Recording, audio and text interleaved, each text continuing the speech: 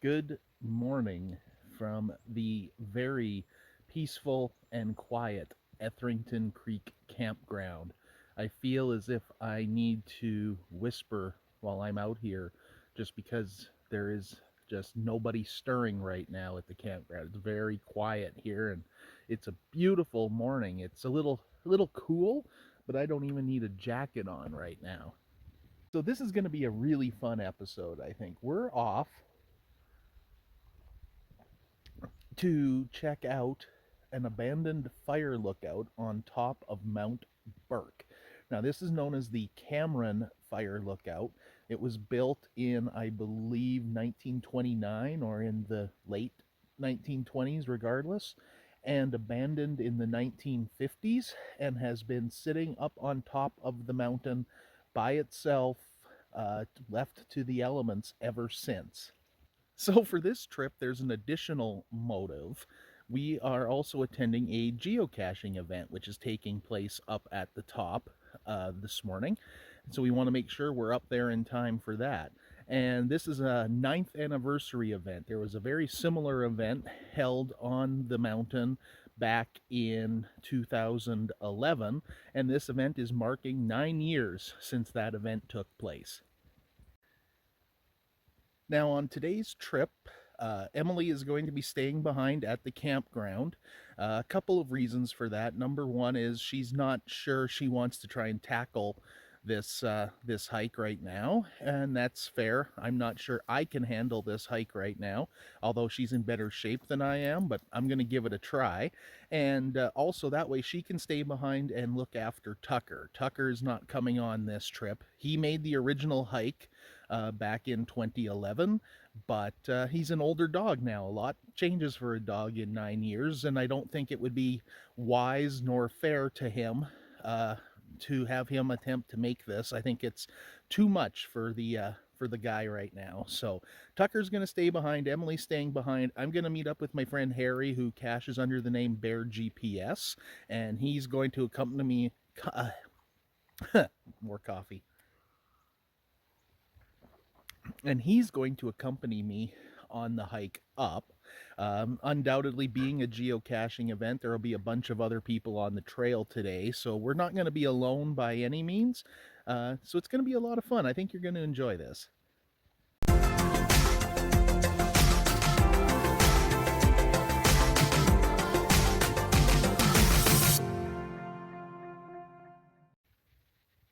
This trip promises to be as much a mental challenge as it is a physical challenge. I know when I did the trip for the first time back in 2006, I was not in very good shape and I still was able to do it. Now it hurt and it took a long time, but I did it. And I'd like to think, despite not hiking much lately, I'm still in better shape now than I was way back then. So we'll see how it goes.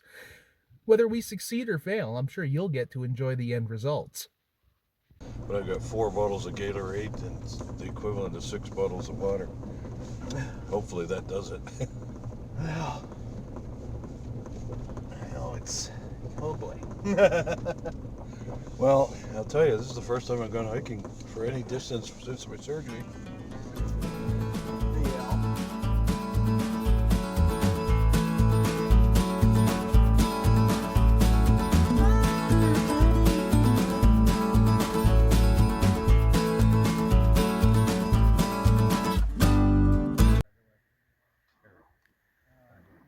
And there we go, our first look at our destination, Mount Burke.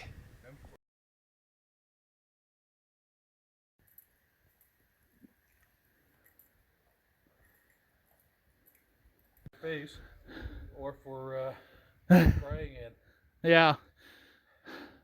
Okay, if you're gonna fall, now's the time. I got the camera ready. No falling. Okay, fine.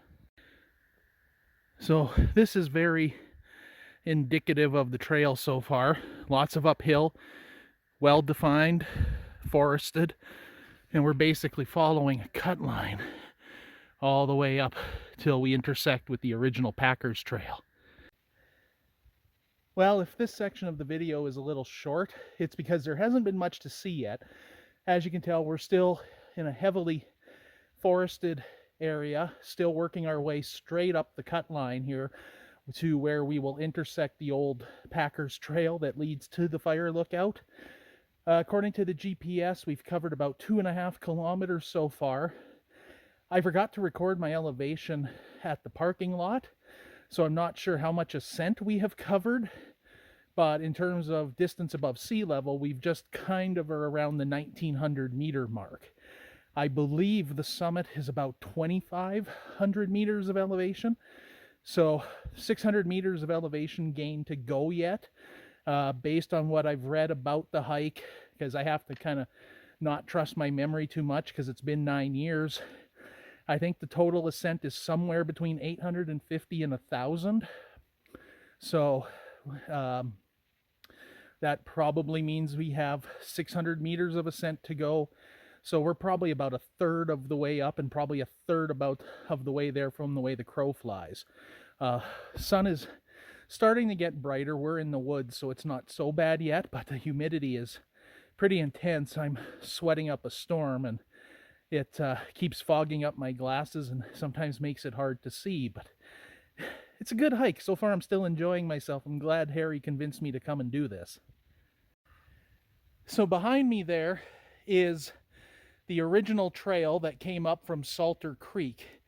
That was the primary approach to Mount Burke up until the floods of 2013. It seems to have been mainly replaced now by the route we took up the cut line. So from the old trail up, which is starting to get overgrown and will probably disappear over the next few years, there is this route, which appears to continue straight up, following the cut line we were on. There looks like there's some deadfall and things. Or the official trail, which goes off in this direction and starts switchbacking up to the top of the tree line and the ridge. I think in the spirit of spreading out the elevation gain over the most distance and not braiding the trail too much, I think I'm going to take the switchback route and play it a little more on the cautious side. There's still a lot of mountain to go yet.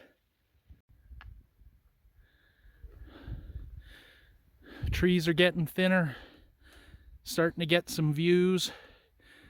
Just over 1 kilometer as the crow flies to the summit now.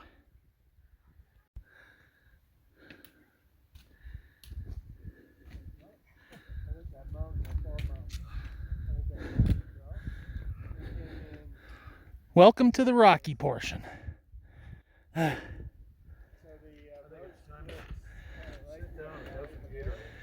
Yeah.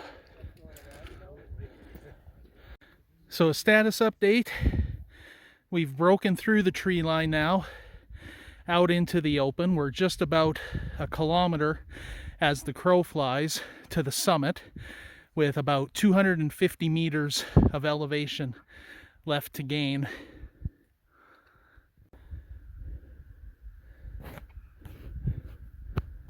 Oh, we are into the grind portion now. And interesting historic note, if you can see it running down the side of the mountain here, there is a cable, and it runs from here straight up the mountain. And what that is part of a rudimentary communication system that used to allow the lookout to communicate down to the base of the mountain. I believe it was telegraph. That is a false summit there. Just off to the left, coming into view, you can see the Cameron lookout. Like I said, we're still about 1 kilometer away from there, with a fair bit of elevation to gain, but we are getting closer.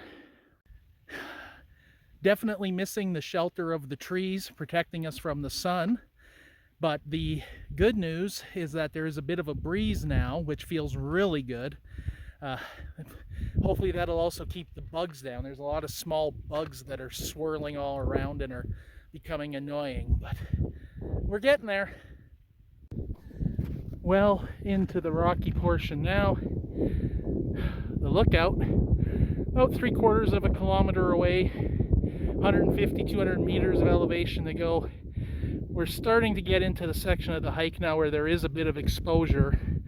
You can see if you were to fall off this trail, it is a long way down to the bottom.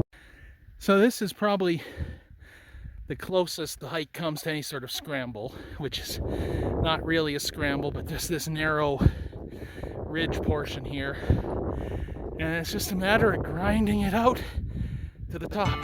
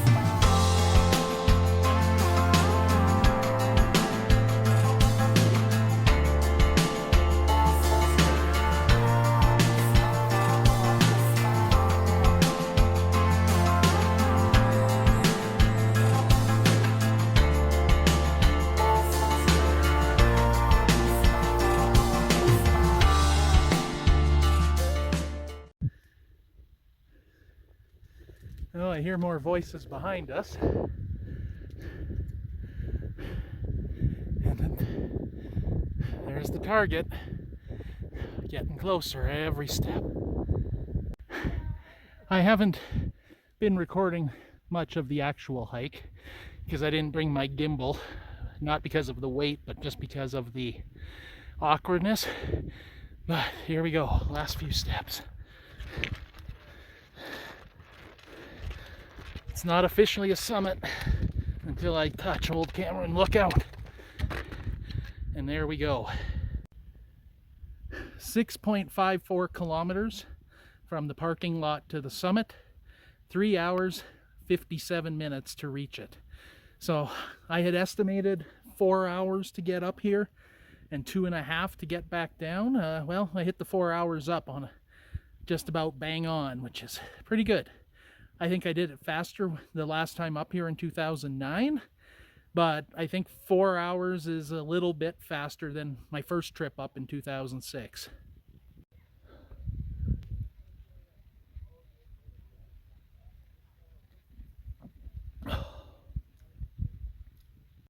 Quickly show you around inside. There's really not much to see. It's a 12 by 12 fire lookout. As you can see, the floor is quite rotted away and the walls are starting to deteriorate. That's new since the last time I was here. And the roof is still holding up pretty well, all things considered. Great views from 360 degrees, and down here in the corner, there is Harry's geocache that he's come up to do maintenance on. More and more geocachers gathering at the top here to mark the 9-year celebration event.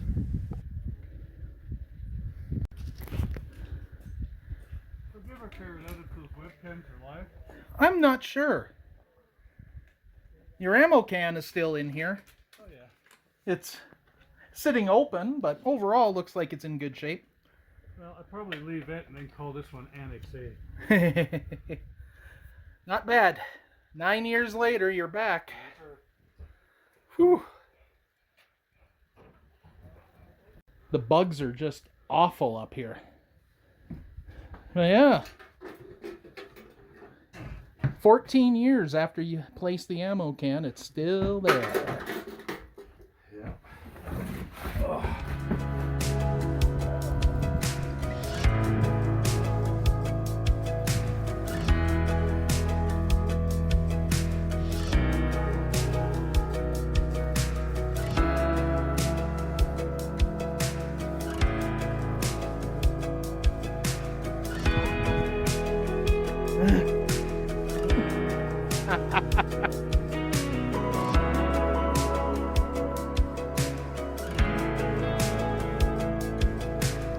And as I always say, having climbed the mountain, don't forget to enjoy the view.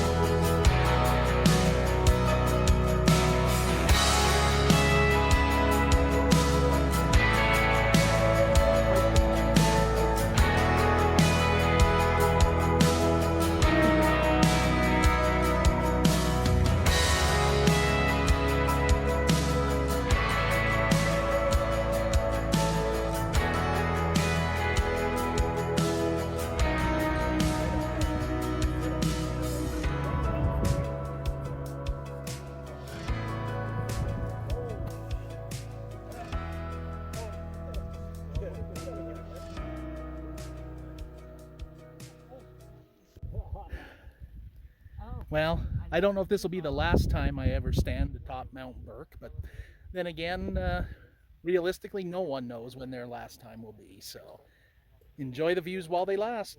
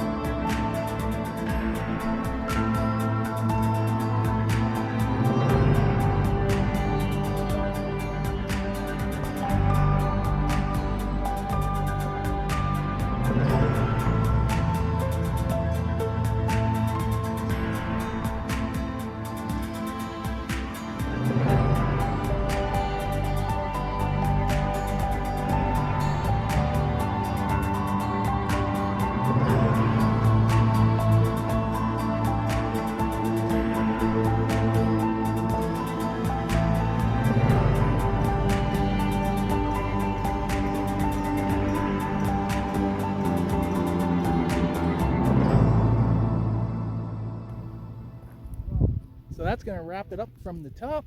Time to start working our way back down. Good to see a bunch of people haven't seen for a while and some new people. And we're going to beat most of the heat, so that's good. So now that we're on our way down, and the heat's really kicking in though, but I did want to say this section here, this little ridge walk, it's got to be my favorite part of this hike, probably even more so than the summit itself, just because it looks really cool.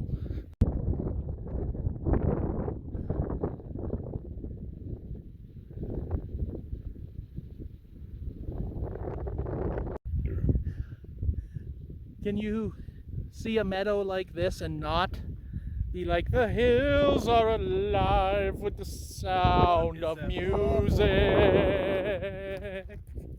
Whew. Just stopping for a little water break on the way down here. So it's about 2:15 in the afternoon, and we are right in the heat of the day right now, but we're in the forested section of the trail. The downside is the sun is so high in the sky, there isn't nearly enough shade right now.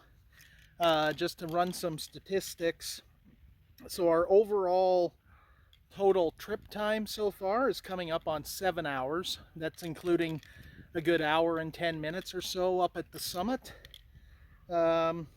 We've covered 10.4 kilometers so far. It's about another 1.8 kilometers back to the parking lot. So we're getting there, and definitely feeling it. Just got to keep stopping here for water every once in a while and trying to recover.